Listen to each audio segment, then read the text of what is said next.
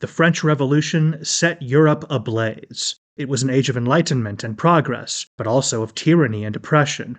It was an age of glory and an age of tragedy. One man stood above it all. This was the Age of Napoleon. I'm Everett Rummage, host of the Age of Napoleon podcast. Join me as I examine the life and times of one of the most fascinating and enigmatic characters in modern history.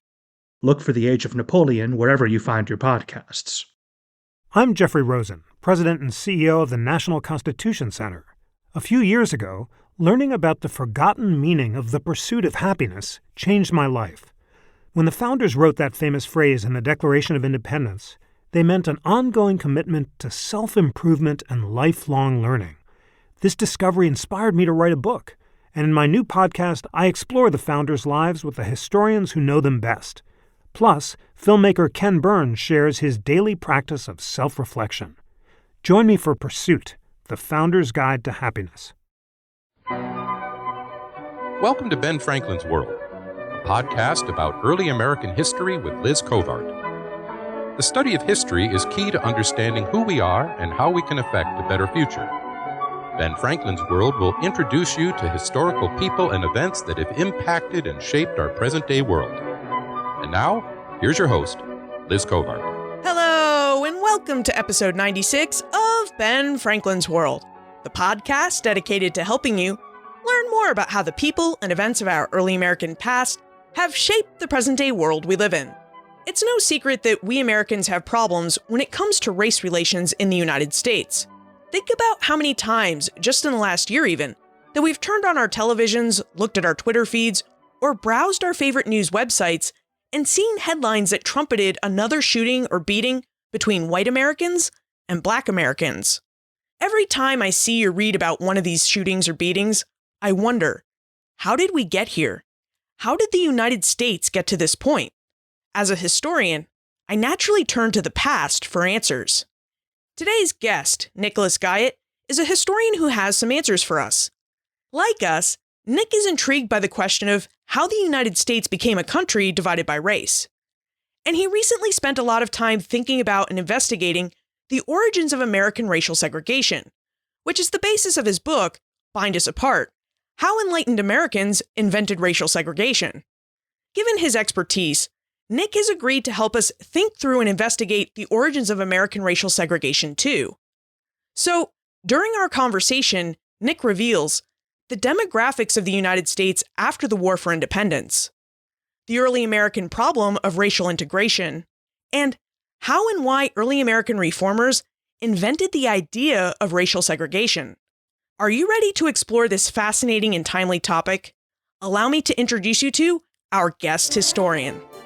With tidings and wisdom to share about our early American past, here is this week's special guest.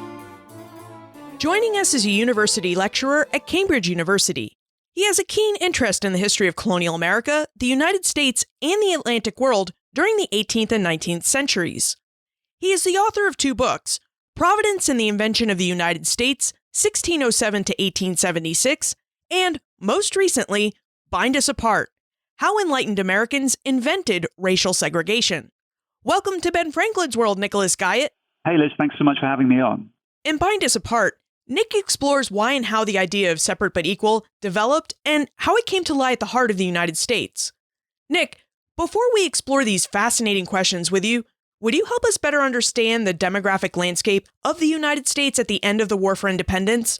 What racial groups lived in the new United States, and where did these groups live? It could be quite complicated, so maybe I'll try and simplify this a bit and just think about the major groups, if you like, which were white Americans, so those people who'd been the British colonists who were then competing for their freedom, for their independence, and Native Americans and African Americans. And we have slightly better figures on white Americans and African Americans. Native Americans is a slightly trickier thing to try to guess, but if we talk about the area east of the Mississippi River, then white Americans during the American Revolution, we're looking at approximately 2.25 5 million or thereabouts. African Americans, you're looking at between 700 and 750,000, 90% of whom are slaves. So 10% roughly free blacks and 90% slaves. And then you also have Native Americans, and here it's much harder to predict. The estimates are much harder to come up with, but we're looking at, I think conservatively, at least 300,000 Native Americans living east of the Mississippi, and a large number living to the west of the Mississippi as well. So if we just want to kind of crunch that and put it into number terms, we're talking about a white population of about 3/4, 75%. We're talking about a black population that's roughly 18, nearly 20%, and then 6 or 7% Native American.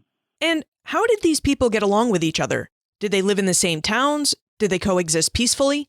Again, it depends a lot on which regions of the United States you're talking about. And this is something really important to understand for the history of slavery. Most people will know from school that slavery is abolished in the United States in the North, way before it's abolished in the South. There's lots of abolition effort in the northern states, which is successful in a period between the American Revolution and 1804. But that's partly because many, many more African Americans are living in the South in slavery than in the North. So in northern areas, places like Massachusetts or Pennsylvania, you're looking at black populations of maybe 1 or 2% of the total, mostly urban. So in Massachusetts, we know this pretty precisely from the censuses that the federal government begins taking after 1790. So just to jump to 1800, in Massachusetts, you're talking about fewer than 2% of the total population is African American. Pennsylvania, it's around 3% in 1800. But then skip down into Virginia and South Carolina, and you're looking at a very, very different picture. So again, in 1800, you're looking at nearly 45% of the population is African American. So demographically, there's this massive difference between those southern states where slaves, where African Americans represent a really, really big chunk, nearly 50% of the population, and many of those northern states. So again, in the South, you're talking about slavery by and large as the dominant mode. So you're talking about white people living alongside African Americans there enslaving. In the northern states, you still have slavery. It clings on pretty strongly in many parts of the North, well into the 19th century. But in places like Massachusetts, in Connecticut, in Rhode Island, eventually in New Hampshire, you're looking at abolition. So you're seeing the black population mostly living in freedom, living near white people, and in some cases alongside white people. But from the very beginning of the Republic, there is, if you like, a kind of nervousness about blacks and whites living alongside each other, even in places like New England. So after slavery, you don't have this kind of idyllic model of integration between blacks and white people, partly because slavery has created a kind of prejudice in the minds of whites about living alongside blacks. With Native Americans, things look quite different because the majority of that 300,000 or so Native American population is living right on the edge or beyond white settlement. So we're looking at the western or northwestern parts of many of the existing states, or into the territories that lie beyond the existing states, the places that are going to get mapped out in Thomas Jefferson's Northwest Ordinance in 1787. There's just one exception to that, which is in Georgia, in what's eventually going to become Alabama and South Carolina. So some of these established states in the southeast, you get populations of Cherokees and Creeks who are living kind of in the middle of those states. So there, the issue of how native people and white people are going to interact is very, very, very urgent. Those initial state governments really have to think about how they're going to relate to the Native American populations that live within their states. The early United States sounds like a multiracial society. A society where people lived in a state of tension because other different groups of people lived nearby. This makes me wonder, when we read the Declaration of Independence today, and its promise of all men being created equal, we read this promise as being inclusive of all Americans, regardless of their gender, race, or ethnic heritage. Did anyone believe that in 1776 or shortly thereafter, that all men were created equal and that citizenship applied to all men, regardless of their ethnic or racial origins?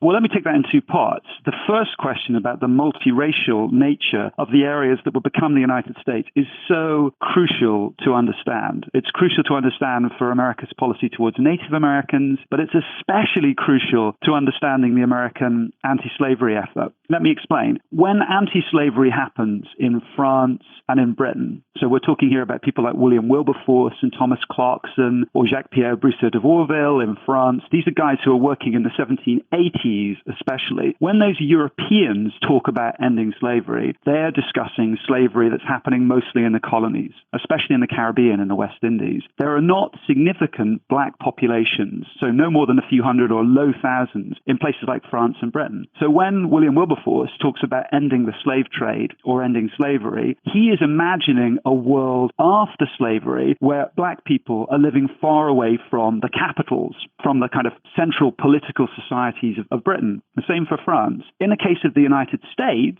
what you have is African Americans living in every major city. You have slaves living in pretty much every major area before the abolition of slavery in Massachusetts in 1782. You've got really enormous African American populations, up to 50% or close to it, in the southern states. What will happen after slavery? Well, you have an integration problem in the United States because unlike in the British or the French Empire, where slaves are somewhere else, there's the metropolitan area and then there's the colony, the periphery. In the United States, the colony has become the metropole. The center is the colony after independence. So with that in mind, if you're going to end slavery in the United States, you're going to have a situation in which your society is multiracial. The same with Native Americans. If you have 300,000 living east of the Mississippi, what will the relationship be between those people and the regular Americans, white American citizens? So the question of citizenship, of membership in this national community does look pretty different, I think, in North America than it does look for, say, Britain and France, which also have to manage the problem of slavery. And that brings us to your second question, which is about all men are created equal. Well, that phrase, when it was drafted and used by politicians like Thomas Jefferson and John Adams, was not originally intended to refer to racial equality. The historian Peter Onuf is very good on this and says what Jefferson actually meant to say was that all legislatures are created equal. In other words, the colonial assemblies ought to be equal with the Parliament back in Westminster. But that phrase, all men are created equal, very quickly slips its bounds.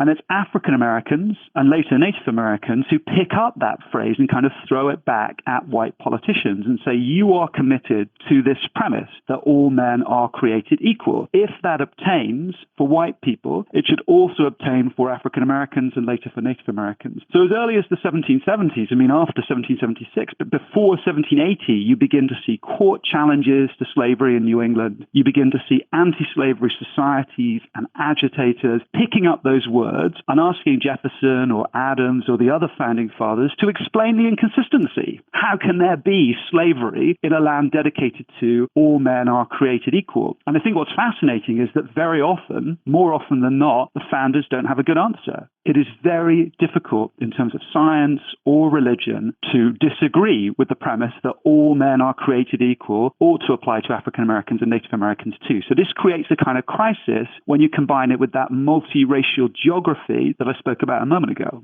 Wow. Your juxtaposition of the United States with Great Britain and France really broadens our view, because many Britons and Frenchmen talked about how the new United States was not doing enough to abolish slavery, which very may well have been the case. But American society looked very different from British and French society. Great Britain and France didn't have the same social consequences for abolishing slavery that the United States did, especially when we stop and consider the consequences facing some southern states, where slaves really comprised a majority of the population. It's startling to consider the demographics of these three countries because they were just so different. Well, that's precisely the point. And I kind of don't want to let early Americans off the hook here. I don't want to let the founding fathers off the hook. But at the same time, I want us to acknowledge the problem as it seemed to them. In a sense, in France or in Britain, you could be anti-slavery without being pro-integration. In the United States, if you were anti-slavery, you owned the problem of integration. So the consequences of emancipation, you owned in the United States in a way that looked very, very different from in Britain and in France. So although I really dislike, the idea that historians would say America's not the same as other places, America's exceptional. Generally speaking, that idea of American exceptionalism is bad history. But I think that this is an instance where we really need to think about just how singular and distinctive the early United States was. Because if you were going to end slavery, especially in a land dedicated to all men are created equal, then you had an integration problem. So how does putting the early United States in the Atlantic context affect how we view Americans' views on race? Could we talk about, how 18th century Americans thought about and defined race and how their views compared with European views? Yeah, I mean, I think this is another irony, Liz, which is that in a way, generally speaking, Americans, white Americans, American intellectuals, magazine editors, clergymen, in my book, I call them enlightened Americans, but, the kind of people that would have styled themselves as educated and quite liberal in their views, they are net importers of intellectual activity from Europe. So, I mean, Europe is interested in what's happening in America, but generally speaking, Europe still sets the pace. Europe still produces the big ideas, the big thinking about science, about culture, right the way through into the 19th century. And so here's an irony, right, which is that the Europeans don't have this same integration problem, at least not in terms of their core societies. We could talk a bit about how French empires or British empires overseas might work, but Britain and France themselves aren't facing the prospect that 40 or 30% of their population is going to be black anytime soon. So Europe and Britain are producing many of these ideas about race, and then they're being imported by people like Thomas Jefferson or by Adams or by the other intellectuals and politicians in the United States, where the social context of race looks totally different from Europe. So generally speaking, European ideas about race are surprisingly modern. Now, I don't want to overstate this because there are some very distinctive and murky things about some of these ideas of equality, but generally speaking, 18th century enlightened views on race emphasize just how malleable, how plastic all human beings are. So just to put it very simply, the notion would be that we're basically all born the same, and what makes us different is our environment. So the physical environment, what we eat, what the weather is like, but also our social environment, so the kind of groups that we hang out with, the kind of society that we have. That informs everything about us, our characteristics, mentally and politically, but even physically. So to put it in the crudest terms, the possibility that your facial shape might actually change across a generation or two if you were doing manual labor rather than skilled labor. This idea of human change totally depending on environment rather than on, if you like, innate racial characteristics. So there's no understanding here of race as genetic. It's all circumstantial and environmental. We've been talking about Great Britain and France, but Kyle points out that we should also be talking about the Iberians and their American colonies. He'd like to know why the young United States came to think of race as a black-white binary. He notes that Spain and Portugal governed and structured their American colonies partly on race, but mostly on economic standing. He'd like to know why the former British American colonies preferred to structure and govern their societies mostly around the ideas of race when they had other models to look to. Yeah, that's a great question. I would say, first of all, that it probably isn't quite right to say that race in the United States, the new United States, was just on a black-white binary. I mean, in fact, I think you could argue that there was a Native American black-white kind of scheme, even if, as I've tried to say in the book, in many ways, to some of these enlightened Americans I write about, so people like Thomas Jefferson or various intellectuals and politicians in the early republic, actually African Americans and Native Americans, they could be fitted into the same kind of frame. So it's a little bit more complicated than black-white. But there is a really big difference between the way in which social structures, the way in which colonization developed in Spanish America from the 15th century onwards, and the way in which it developed in British North America from 1607 onwards. And it's very simple. Generally speaking, in Spanish America and in Portuguese America, there was considerable mixing of the races during the early years. So there was considerable mixing during particularly the 16th century in places like Mexico and later on in Peru. And this is partly because the Spanish just couldn't persuade very large numbers of people to come from Spain to the colonies. So this status of mixed race members of the Spanish colonial society, the so-called mestizos, that was created very, very early. Generally speaking, in British North America, you didn't see anything like that. And it's funny because, I mean, you will know and your listeners will know about the story of Pocahontas, right? I mean, we kind of glamorize, valorize, romanticize this relationship between Pocahontas and John Smith, although eventually it's John Rolfe that she ends up marrying in Virginia in the 1610s. That was an incredibly isolated example of intermarriage between white people and native people. And funnily enough, by the end of the 18th century, a lot of British historians and social scientists who are writing about colonization in America, they're kind of scratching their heads wondering why there wasn't more intermarriage between white people and Native Americans during the colonial British period in North America. But one of the practical repercussions of this is you don't have the same deep, extensive mixed race mestizo society in North America that you have in Mexico, Central America, and South America. So that's a crucial kind of reason why race can look a bit more like a binary in North America compared to this kind of tapestry rainbow of race and categories down in South America and in Central America. Yeah, why was that?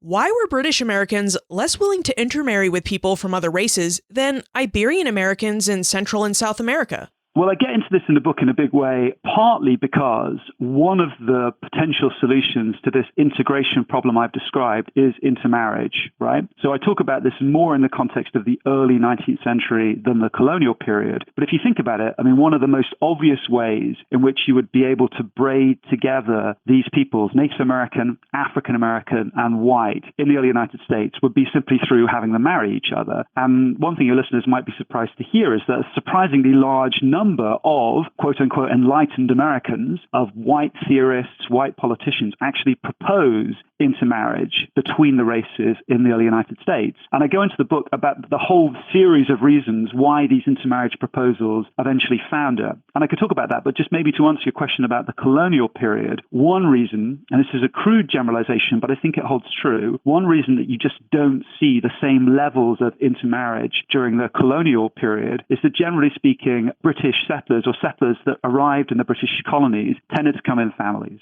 So that idea of the family model of emigration tended to dominate. And the tensions that you see from a fairly early stage between Native Americans and these kind of family-based colonies very often lead to Native Americans being driven further to the west. So actually you don't have Native people working in as consistent and as kind of frequent a way within this economy of these new British colonies, North America, as you see in the Spanish colonies, where Native American labor is absolutely central and where intermarriage is a lot more common. As we know, the early United States was a slave society, and slavery complicated reformers' ideas about how they would integrate African Americans and former slaves into the new United States. Late 18th and early 19th century American reformers viewed the idea of degradation as the biggest hurdle they needed to overcome to integrate American society. Nick, would you tell us about degradation? What was it and who did it affect?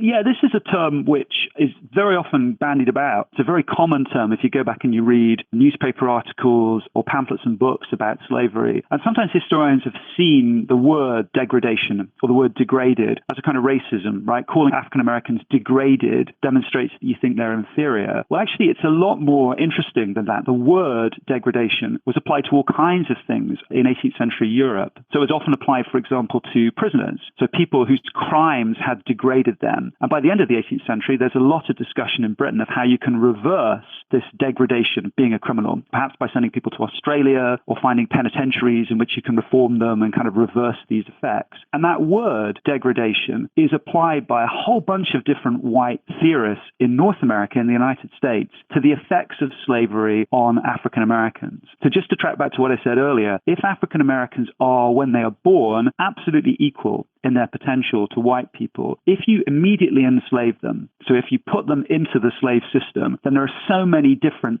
terrible aspects of slavery which damage their character. That's what these theorists say. So, for example, they are encouraged in slavery to work hard without any reward. Slavery encourages them to hate the people who are employing them. Slavery doesn't give them the ability actually to provide for themselves, to learn how to buy and sell for themselves, because it's this horrid, kind of crooked, crippling paternalism in which they're worked incredibly hard, but they're not actually taught the same kinds of values that people have when they're in freedom. So these theorists claimed that the problem of ending slavery had two components. One was you needed to persuade the slaveholder to free the slave. So you had to say to the slaveholder, it's in everyone's interest if slavery is ended, you need to give up your slave. But that's only half the problem. The other half of the problem is, according to these theorists, to reverse the effects of degradation. So in effect, to give African Americans the education, to give them the drive, to give them the motivation, to give them the skills that they need to survive in an equal society if they're going to become citizens. So in effect, that second part of the problem, I think, is just just as worrying or just as difficult for many white Americans as the first part. How do you create a society based on equality in which some people have been denied access to all of the privileges, all of the perks and the kind of basics of citizenship for 25 or 30 years before they're free from slavery? How do you level things up? And so that's one of the problems that I really get into in the book, showing just how seriously these enlightened Americans took that challenge. Did early American reformers ever view Native Americans as being degraded? Because in some cases, at least early on in the colonial period, some white colonists enslaved Native Americans. Yeah, no, for sure. I don't get into the Native American slavery angle quite as much in the book. Well, for two reasons. One is that Native American captivity did look quite different in many cases from what we think of as the kind of classic example of chattel slavery for African Americans. But also the majority of Native Americans that I write about, so those in the Southeast, like the Cherokees and the Creeks, and then also those up in the old Northwest, as it was called, what's now the Midwest, so people like the Miamis and the Delawares and the Shawnees, they certainly haven't been subjected to those forms of slavery in anything like the same ways. So in terms of thinking about how they run in parallel with each other, white intellectuals and white politicians think that both African Americans and Native Americans have to climb over an obstacle before they could be considered members of the United States, outside of slavery, as equals or as citizens in the United States. For African Americans, the bar initially is this thing called degradation, which I've just described. For Native Americans, generally speaking, the bar is something called savagery. So the suggestion is that Native Americans are equal in potential to whites, but their societies are more primitive. They're more backwards. They look more towards hunting. They haven't got the same kind of civilizational nous as white people. So the challenge is a parallel one. With African Americans, you need to try to find a way to end slavery and reverse what they call degradation. In relation to Native Americans, the challenge is to bring them up, to speed them through the stages of society and get them from quote-unquote savagery to a place where they can be, again, quote-unquote civilized. So if you like, there's a kind of anti-degradation policy which many anti-slavery societies, anti-slavery writers and activists are working on in the early republic, but there's also a civilizing strategy, and that's actually adopted by the federal government. So, the slavery thing is more complicated because the federal government doesn't get as closely involved. That's mostly something out there in civil society, anti-slavery organizations and activists. But in relation to this civilizing project, this effort to try and bring Native Americans to a place where they could become citizens, that's actually a federal government project right away through the 1820s, something the federal government is deeply committed to, at least by its words. There are all kinds of problems with that civilizing policy, not least that Native Americans are a whole lot more proud of and fixed to their ways of life than white people imagine they will be, and aren't very happy about the idea they're being called uncivilized. But just one last thing on this, another terrible irony, the word degraded or the word degradation does eventually come to be applied to Native Americans. And it's a crazy story that it goes the way it does, because finally, during the War of 1812, which is a war that really has its roots in wars between Native Americans and white settlers up in what's now the Midwest, after that conflict, white theorists, Washington Irving is one of the first ones, the Sleepy Hollow guy, they begin to talk about Native Americans as degraded by their contact with the wrong kind of white settlers. So they're degraded by their contact with alcohol traders, these more kind of aggressive and violent settlers on the frontier. So actually we're told now that the problem is not that they are uncivilized, but that they have become degraded by the wrong kind of civilized settlers who are really just a different kind of savage, in relation to these white intellectuals, because they're peddling alcohol and guns and, squatting on Indian land. And so that degradation word after 1815 actually gets used by white intellectuals of both African Americans and Native Americans. We clearly have an early American population, or at least a portion of it, that's thinking deeply about the kind of society that they'd like to set up in their new independent nation. And they're clearly considering how they could integrate Native Americans and African Americans into this white society. And I'd like to talk about the obstacles that these white Americans see as preventing Native Americans and African Americans from joining their society. Because I imagine that these white Americans are also thinking deeply about what they can do to help each group overcome these obstacles. So, since we're on the topic of Native Americans, would you tell us about the civilization program that the federal government was thinking about? Yeah, I mean, maybe this is a good moment just to flag something up I said earlier, which is that when I talk about 18th century race thinking in Europe and eventually in the United States as having this kind of idea of equality, or having this idea that everybody has the same potential, I think it's really important to remember that in the minds of the theorists here, so I'm talking about French theorists like the Comte de Buffon, who's a very, very influential French thinker, or the American race theorist Samuel Stanhope Smith, the president of Princeton University, who wrote probably the most important book about race in the Atlantic world in 1788, an incredibly important and influential book. If you talk to those guys, their idea is that everyone has the potential to be the same, but it's not cultural relativism. So it's not like we'd say today, diversity enriches us and improves us. These guys are not kind of diversity merchants. What they think is that the very best people tend to be white and descended from Europeans. So when we talk about African Americans and Native Americans having equal potential with whites,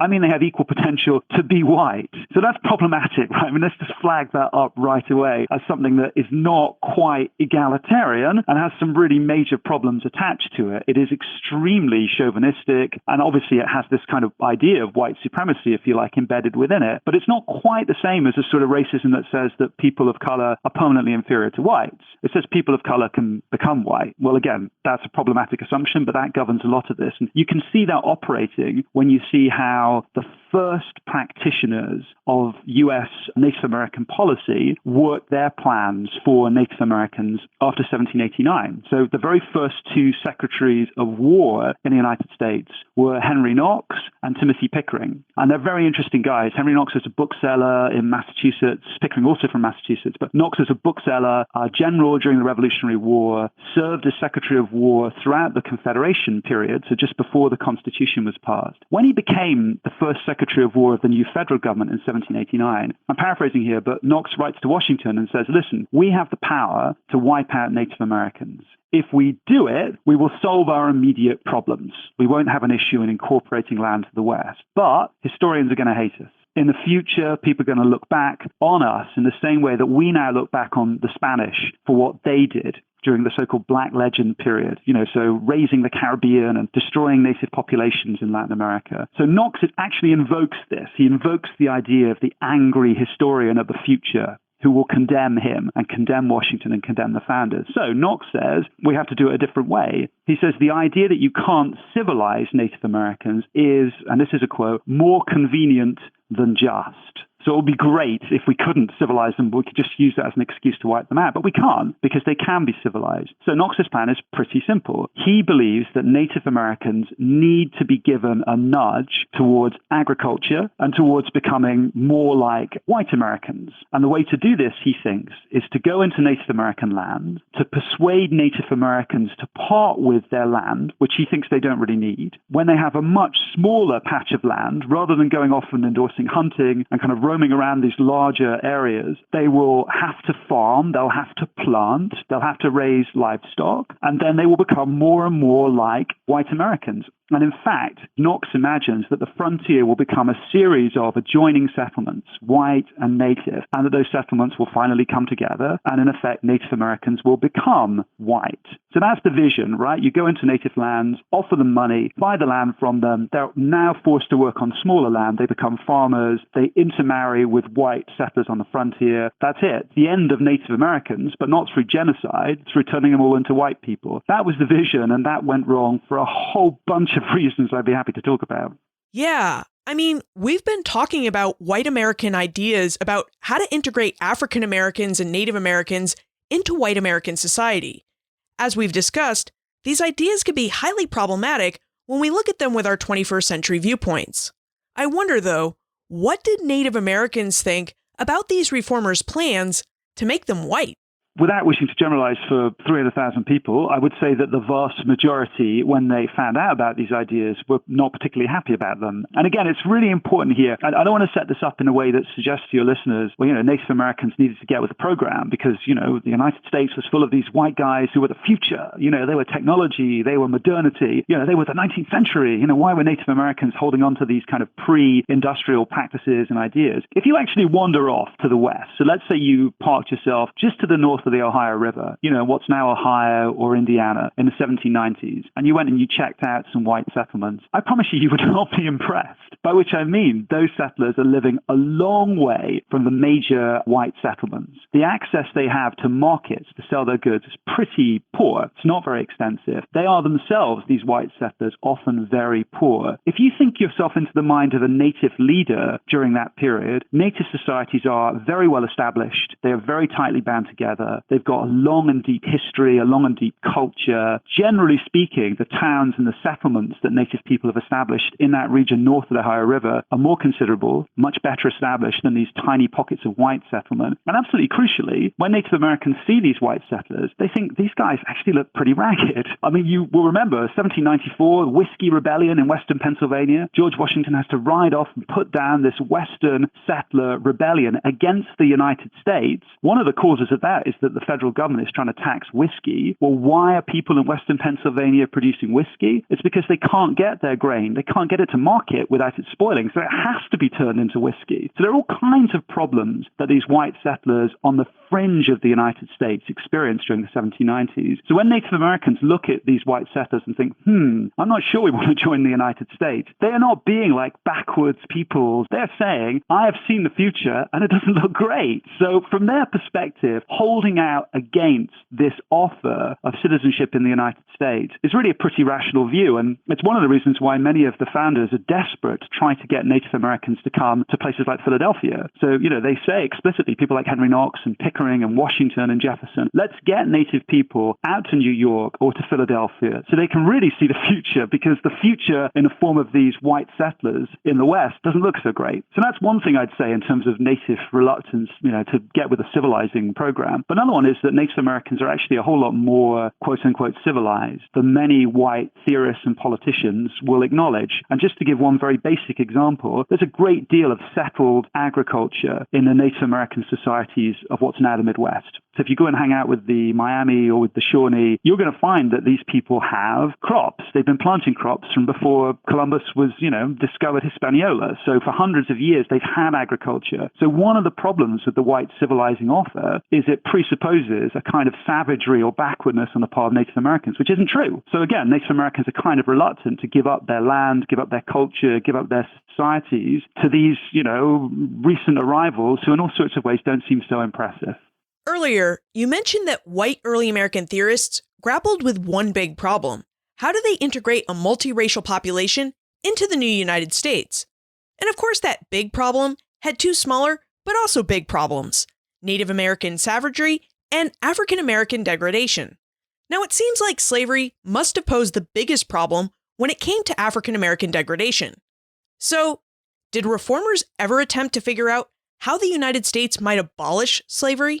Yeah, absolutely. But in a sense, the plan to abolish slavery or plans to abolish slavery are always tethered to plans to reverse degradation. So I mentioned earlier that we need to think about the slavery problem from the perspective of these white reformers as having a double character, right? One is getting rid of it, which might mean that you have to try to persuade those whose economic interest is to keep slavery, that they need to abolish slavery. But crucially, the other part of it is you have to try and prepare for a society in which very large numbers of African Americans will now be living alongside white people in freedom. So in effect, what you see in all of these anti-slavery plans, which you see circulating from the upper South, so from places like Virginia, occasionally North Carolina, but Virginia, Maryland, through Pennsylvania, into New York, into New England, these anti-slavery plans that circulate in the 30 or 40 years after the Declaration of Independence, so right the way through until 1815, 1816, these plans pretty much have these two components. One is to try to figure out how you can persuade slaveholders to give up their slaves. The other is how can you provide for those slaves when they emerge from slavery? And I mean, one of the really interesting examples of this is New England lexicographer, the famous dictionary guy, Noah Webster. Most people, I guess, know him as the founder of this first great American dictionary. He's a big anti-slavery guy. And in the 1790s, he puts together a book promoting anti-slavery in which he says, well, listen, here's what we could do. We know that in Poland, they've been trying to get rid of serfdom. So we know they've been trying to abolish the institution of serfdom. And let's try and pick up a few lessons from that. And he talks about a particular Polish nobleman who has had a plan before he frees his serfs of giving them more time off, of giving them a chance to grow their own crops and find some kind of economic autonomy. And Webster says, let's do that. Let's go into the South and see if we can find slaveholders who have the same enlightened interest in ending slavery, and we'll give them this blueprint from Poland. And I found that a really interesting example because these serfs in Poland are not black, right? So in fact, what defines them is that they are forced laborers. So Webster imports an example for how you can end slavery that involves white people, not black people, Europeans, not Africans. And he's just one of many examples I go into in the book. And the key problem with all this, and I guess this is the elephant in the room, is that many of these plans for trying to promote integration presuppose the involvement of the state. And I don't mean like New York or Massachusetts, I mean the government, right? I mean the national state. So in an era in which you have a massive social problem of slavery, or potentially a social problem in terms of how you integrate with Native Americans, how do you solve that problem when people's ideas about the state are pretty minimal? You know, Jefferson's old quote, which he may never have said, you know, the best government's a government that governs least. You don't have an idea of a big state in American history really until the 1930s. It's really the New Deal, right? It's FDR that brings that to the fore. What if you had a social problem that needs a New Deal style government at the very beginning of the Republic? And I'm talking here particularly about making restitution to African Americans for slavery. How do you deliver on that? So part of the problem facing my enlightened Americans is they don't have an idea of what the state, what the government can do, which in any way fits the scale of the problem that faces them. At the start of our conversation, you reminded us that the North abolished slavery long before the South. And let's not kid ourselves here. Some of the northern states took a very long time to abolish slavery. It's just that they made plans to do it early on. It seems like as these reformers grappled with how to deal with the problems of degradation and reversing its ill effects, that they had populations of former slaves in northern states that they could experiment with. So, did reformers conduct experiments with northern populations of former slaves? And if so, how did they attempt to reverse the ill effects of degradation?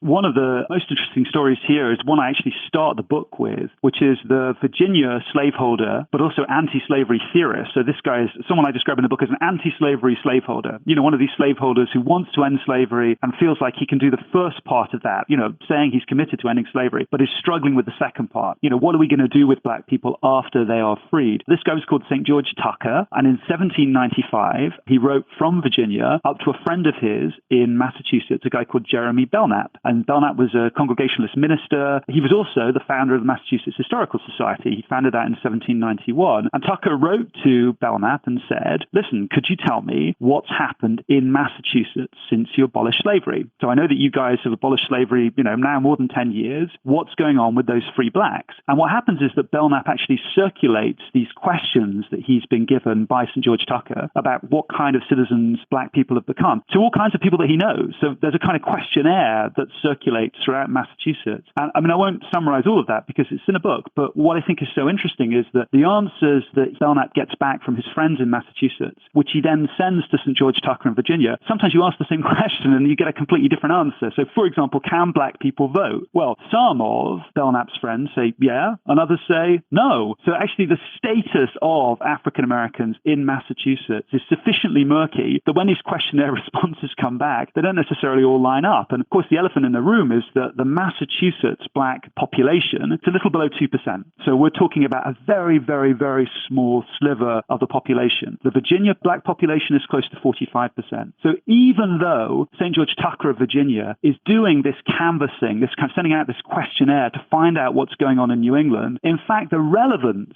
of what's happened in New England to what might happen in a place like Virginia, which is the state with the most slaves in the Union from independence right away through to the Civil War. So Virginia always has more slaves than any other state. But the relevance of, you know, a situation in which fewer than 2% of people are black to a situation in which 45% of the population is black is pretty questionable, right? I mean, many historians have written about this, but I think they've often missed the fact that this challenge of integration looks so different in the Upper South that it really does grind the kind of gears of anti-slavery to a halt, because you don't just need to say that slavery is morally wrong. You need to say, how are we going to solve the integration problem? And in effect, New England doesn't provide a particularly good model, partly because, you know, African Americans are still struggling in different ways after they've been freed in New England, but also because demographically, they're just a drop in the ocean. Even in places like New York and Pennsylvania, a drop in the ocean compared to the white population. They're not 40 or 45% as they are in the Upper South.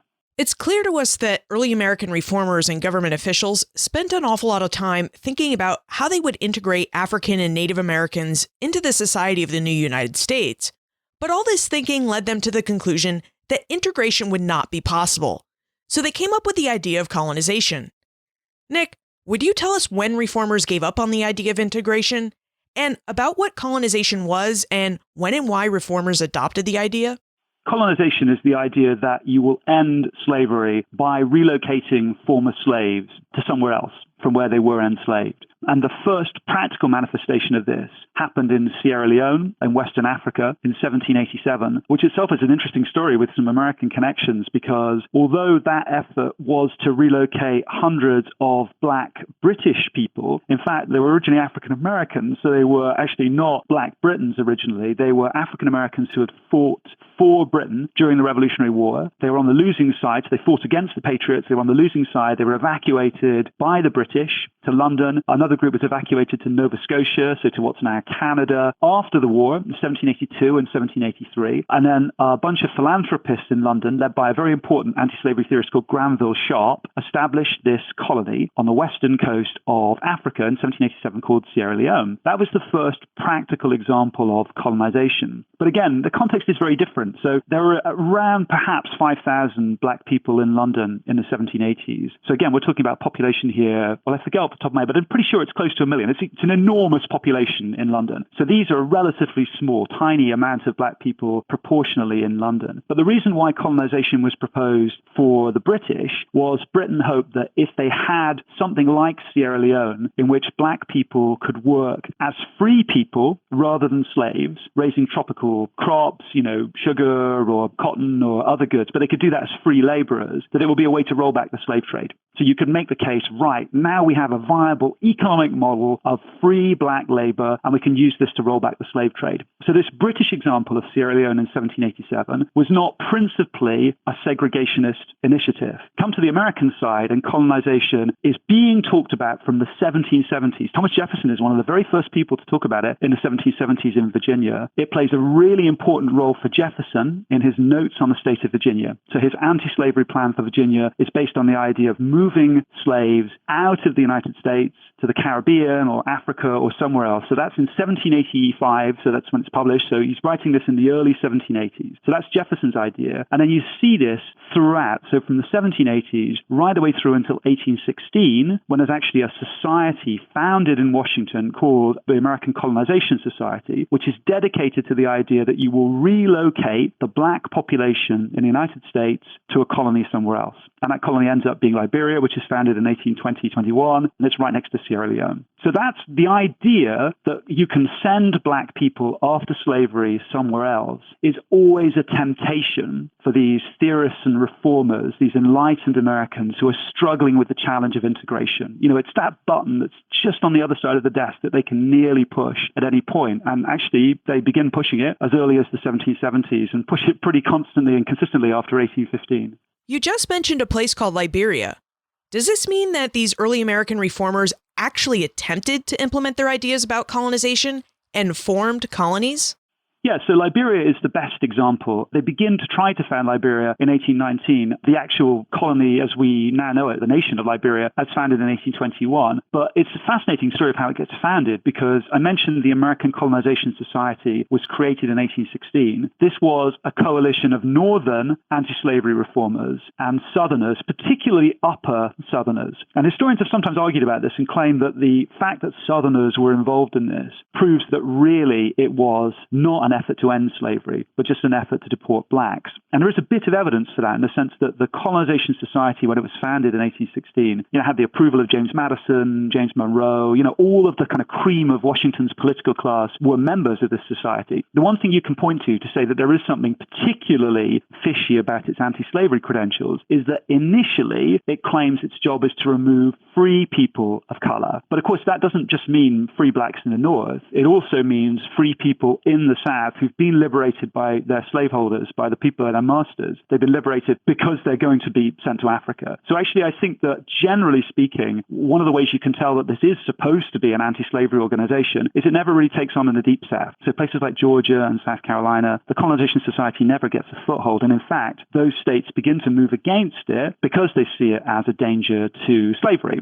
So the Colonization Society is founded in 1816. The Congress passes in 1819 what's called the Slave Trade Act, which creates a little opening for President Monroe to use the U.S. Navy to create a colony or help create a colony in West Africa for slaves to be returned to. And these are slaves that have been illegally traded. So after 1807, the slave trade in the Atlantic is banned in the United States from January the 1st, 1808. And so this new Slave Trade Act in 1819 says, well, listen, where are we going to take any slaves that have been illegally enslaved and we find them on a ship somewhere in the Atlantic? Where will we take them? Let's take them to Liberia. But of course, Liberia also becomes the potential destination for any slaveholders in the United States who want to free their slaves but don't want to live alongside them. The only problem in terms of thinking about this as an emancipationist strategy is that black people don't want to go because, African Americans don't want to leave the United States.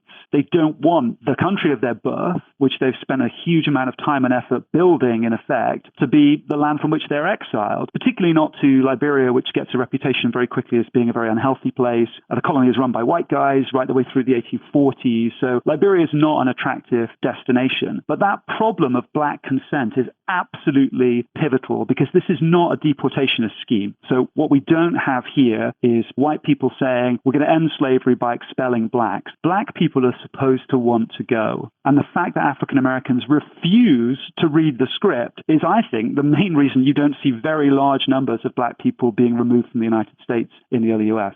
It's really interesting because now that we know the history of how these ideas about race and integration and now colonization developed, it's really not that hard to see how a man like Andrew Jackson, who came of age in the early days of the early republic, decided that perhaps the United States should colonize Native Americans too.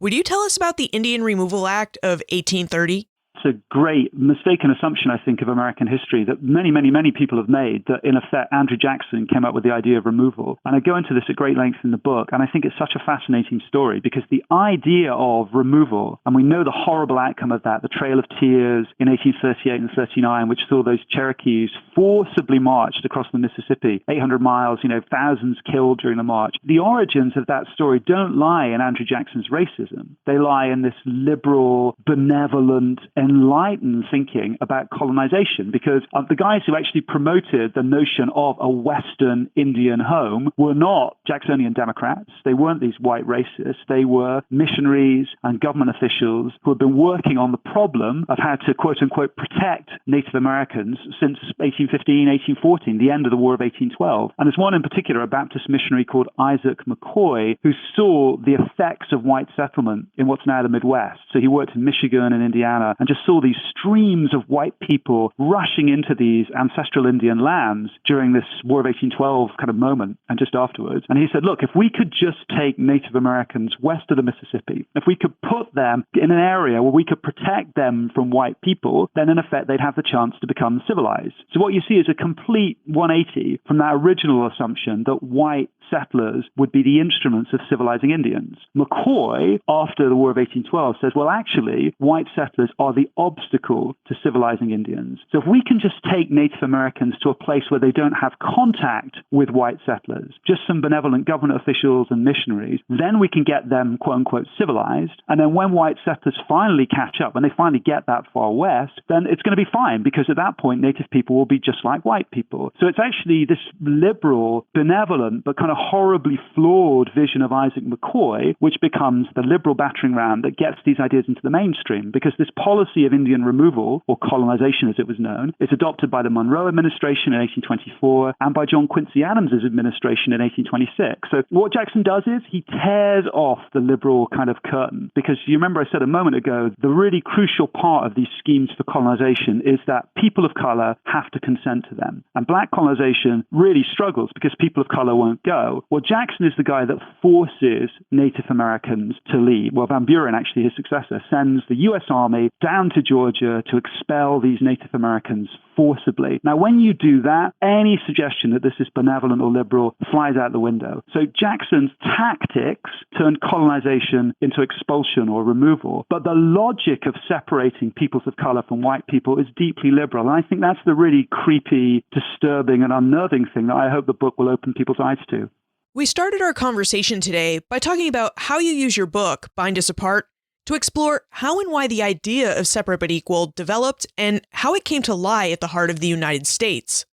Is the short answer to those questions colonization? Yeah, in a sense, I think that's the answer. Let me put it this way. We think about freedom as being like a kind of seed in American history, right? So it's planted in 1776 with all men are created equal. And then it gets watered by, the abolitionists, and they bring abolition to the North. And then in the Civil War, there's water and fertilizer in much greater quantities. The tree gets bigger, you end slavery. The Civil Rights Movement in the 1960s, again, bigger and bigger and bigger. The tree becomes larger and larger and covers more and more people. It's a kind of linear view of freedom and of racial equality. And I don't mean at all to disparage the contribution that was made, particularly by the abolitionists that grew up after 1830. So the immediate abolitionists, people like William Lloyd Garrison or Frederick Douglass. I mean, the incredible work that those guys did to move this kind of ball of freedom down the field. But I would say this, that I don't think that you can tell this story in this linear way, because from the very beginning of the United States, you have large numbers of white people. You could say that they're moderately anti-slavery rather than radically anti-slavery, who believe that slavery is wrong,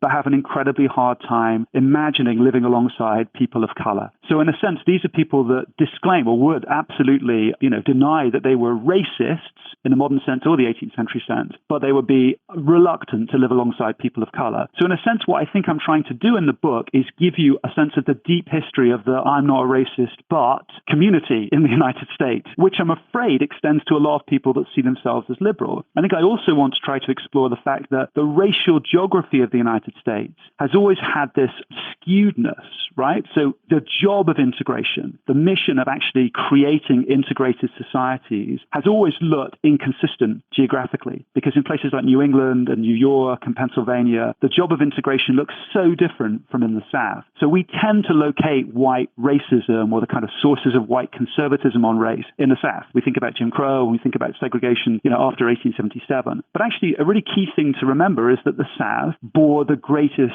brunt of, if you like, the integration burden. And you can argue, well, look, the Southerners benefited as much as they did from cotton and from, the huge profits, the terrible brutality of slavery. But I'm trying to recover this earlier moment in which whites and blacks struggled more or less equally to see if they could become part of this anti-slavery integrationist community. And Northern whites had many of the same problems that Southern whites experienced when it came to actually doing the difficult work of integrating peoples of color. So that integration story, I think we need to recover and place alongside the anti-slavery story or include in the anti-slavery story, because in many respects, this, I'm not a racist, but problem in American history, it doesn't look that dissimilar in the founding moment to the way that it looks more recently. Let's move into the time warp. This is a fun segment of the show where we ask you a hypothetical history question about what might have happened if something had occurred differently or if someone had acted differently.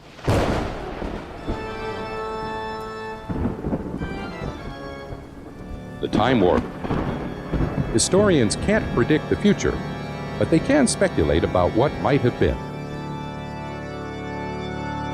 Nick, many of the reformers in your book wrote about creating separate states for blacks and Indians somewhere in North America.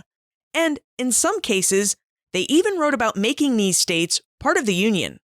In your opinion, what might have happened if one or more of these states had come into being during the early Republic? There are efforts from 1778 in the case of Native Americans right the way through until 1865 in the case of African Americans, where you have very prominent government officials, elected white officials, suggesting that the way to solve the problem of race is through separation. I mean, actually, the Republican candidate for governor in Ohio in 1865, a guy called Jacob Cox, proposes that Florida be turned into an exclusively black state, which is very similar to the proposal that was made by that guy I mentioned earlier, the Virginia slaveholder St. George Tucker. He said something very similar in 1796. So the notion that you could relocate black people or native people to a political community that would be entirely self-governing and part of the Union is just fascinating. I mean, I think that had it happened in the case of Native Americans, the difficulties of finding unity among Native American nations would probably have capsized the project. So Native Americans, were reluctant to see themselves as, part of the same community because their history, was based on distinct nations. So they all had their own sovereignty, their own culture. So the idea of kind of cramming them into a state in which what united them was being native people, we would have struggled to get far with that. I think the question for African Americans is a lot more interesting, problematic, but interesting, because of course, black nationalism or forms of black political separatism, you can see that running right the way through the early Republic period. So you find a number of people like Martin Delany who are strong advocates at different moments of creating a separate black community somewhere or other. You can see it in people like Marcus Garvey. You can even see it running up through the 1970s as some of the radical groups suggesting that, it might be a good idea to have separate black states in the South, particularly places in the South where there is either a black majority or African Americans at nearly 50% of the population. So places like Mississippi in particular. So I think that this notion of a distinct black political nation is a lot stronger perhaps than the one of a distinct native nation. But it's pretty clear, I think, that African Americans or Native Americans would have found it very hard indeed to accept this as the gift of white people. So to accept this as a form of racial management for which they were supposed to be grateful to whites. So I don't know how it might have changed American history, but I think things would look very different. Nick, it's clear to us that you like to tackle big questions and topics. So now that you've grappled with the origins of racial segregation, what's next for you?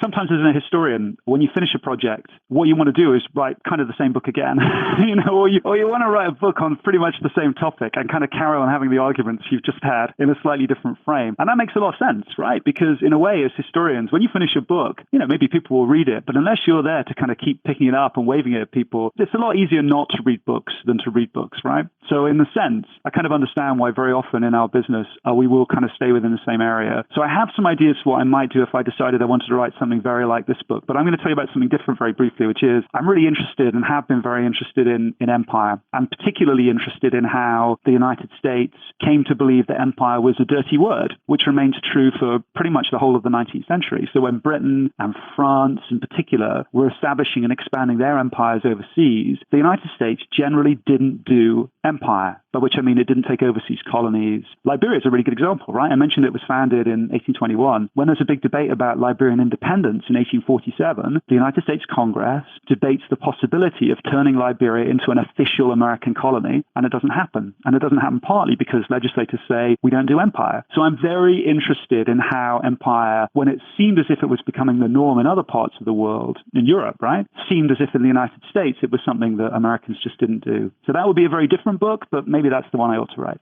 And where can we find more information about you? And how we can contact you if we still have more questions about the origins of Separate But Equal? Well, you can write to my email address, which is nsmg100@cam.ac.uk. I said that very fast, but if you just Google my name, Nicholas Guyot, you will find my website, Cambridge. Or you can follow me on Twitter, which is @NicholasGuyot, all one word, where I tend to tweet a lot about American history and politics and just occasionally about Pokemon. Nicholas Guyot, thank you for helping us explore the origins of racial segregation in the United States and for sharing details from your book, Bind Us Apart. My pleasure, Liz. Thanks so much for having me on. It's clear that the United States has had a race problem from its earliest days. As our exploration with Nick just revealed, the problem of race consumed the waking hours of many early American reformers. They recognized that the early United States was a slave society, and that slavery created a large gap in the lived experiences between whites and black slaves. So, free white men could benefit from an education and from owning their own bodies and their own labor. And as members of a free society, they also had opportunities to think about ways they could make society better. But enslaved people did not generally benefit from an education. They didn't own their own bodies, and they certainly didn't own their own labor. Nor did slaves have the same opportunities to think about society. So, early American reformers really worried about this gap in lived experiences. They worried that former slaves would become a burden on society and that they'd be unable to care for themselves and contribute to the common good. Now, early American reformers thought similar ideas about Native Americans, too. And all of these thoughts made them wonder, how do we integrate peoples with such different lived experiences into our American society?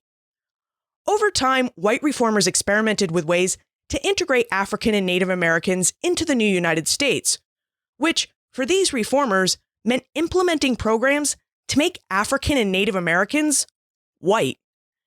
And when African and Native Americans proved resistant to conforming to white society and becoming culturally white, reformers determined that integration would not be possible, that whites, blacks, and Native Americans could not live peaceably side by side. So reformers came up with the idea of colonization, the idea that the only way whites, blacks, and Native Americans could live peaceably together was if they lived in separate societies. Today, the United States is still grappling with the problems that come from the separate but equal idea. How will we overcome the problems of our multiracial society? I don't know exactly. But the United States' history shows us that separate but equal is not equal, and that trying to deny that we live in a multiracial society doesn't work. If you'd like more information about Nick, his book Bind Us Apart, or a list of previous episodes that complement this episode, you should check out the show notes page, benfranklinsworld.com/096. If you enjoy Ben Franklin's World, please tell your friends, family, and everyone you know about it. The best way for podcasts to find new listeners is by word of mouth support, and recommending Ben Franklin's World is the highest compliment you can give it. What other lessons from history do you think might help the United States solve its race problem? Send your ideas to liz@benfranklinsworld.com, tweet me @LizCovart, or post a comment on the show notes page for this episode, or in our listener community on Facebook. And remember, never leave till tomorrow that which you can do today.